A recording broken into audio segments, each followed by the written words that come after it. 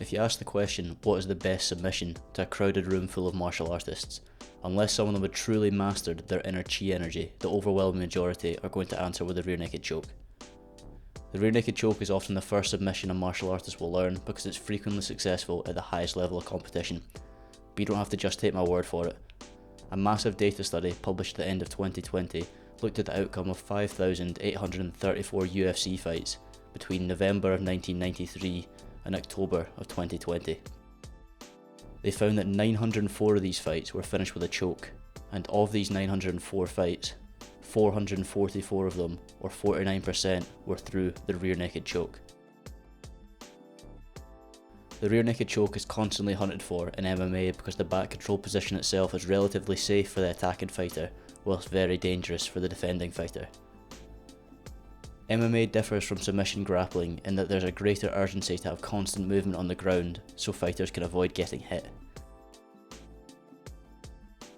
MMA fighters are also much more willing than submission grapplers to expose their back in the scramble to move to a turtle or referee's position, as it's a great place to try and stand up from.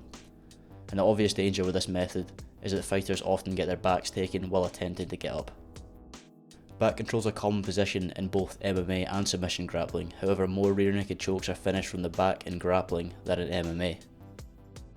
The rear naked choke is less effective in MMA for a few reasons, but the main reason why it's more difficult to get in MMA is because of the gloves.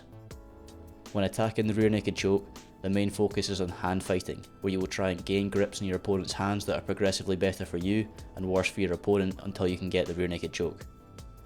You are both hand fighting with two arms, but the defending fighter also has the extra defense of tucking their chin. The chin tuck is a strong defense because if someone can't slide their forearm underneath your chin, it's unlikely they're going to be able to choke you.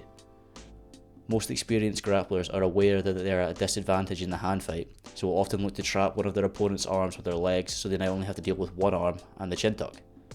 Now the way to beat the chin tuck is by shaping your hand in such a way that it's thin enough to slide in at the side of your opponent's jaw, giving you enough space to move your forearm through for the choke. This technique doesn't work well in MMA because the padding on the gloves means that it's difficult to make your hand thin enough to slide underneath the chin. This means that the chin tuck is even more useful in MMA because the gloves need a much larger space to slide through in order to get the choke.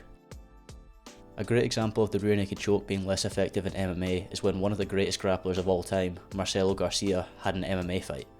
Marcelo is a killer from the back and has been very successful with the rear naked choke in his grappling career. However, when he took his opponent's back in his MMA fight, and even had one of his arms trapped, he was unable to finish the fight due to his opponent being constantly aware of keeping his chin tucked, and he actually went on to lose the fight in the following round via doctor's stoppage. Another area where the MMA gloves weaken the rear naked choke is in the finishing position. The ideal position to finish the rear naked choke is with the non-choking hand hidden behind the opponent's neck so they can't grab a hold of it to lessen the pressure of the choke.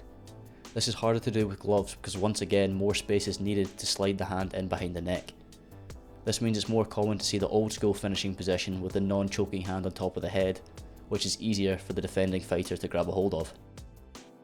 A good example of this was Kai Kara-France's fight against Rogerio Bontorin. Similar to Marcelo Garcia's fight, in terms of pure grappling, Bontorin has the advantage without a shadow of a doubt. But because the position is massively different in MMA, the small details that would have worked in grappling no longer work in MMA. Bontorin constantly got close to finishing the choke, and had he not been wearing gloves, he almost definitely would have. Unfortunately for Bontorin, Kara-France was diligent with his hand fighting and toughed out the position before scoring a highlight reel KO shortly after escaping. Despite the differences in its application between grappling and MMA, the rear naked choke is still the king of submissions regardless of the rule set. But it's important to realise that there are some changes to consider for it to be successful in MMA. Thanks for watching, I'll see you for the next one.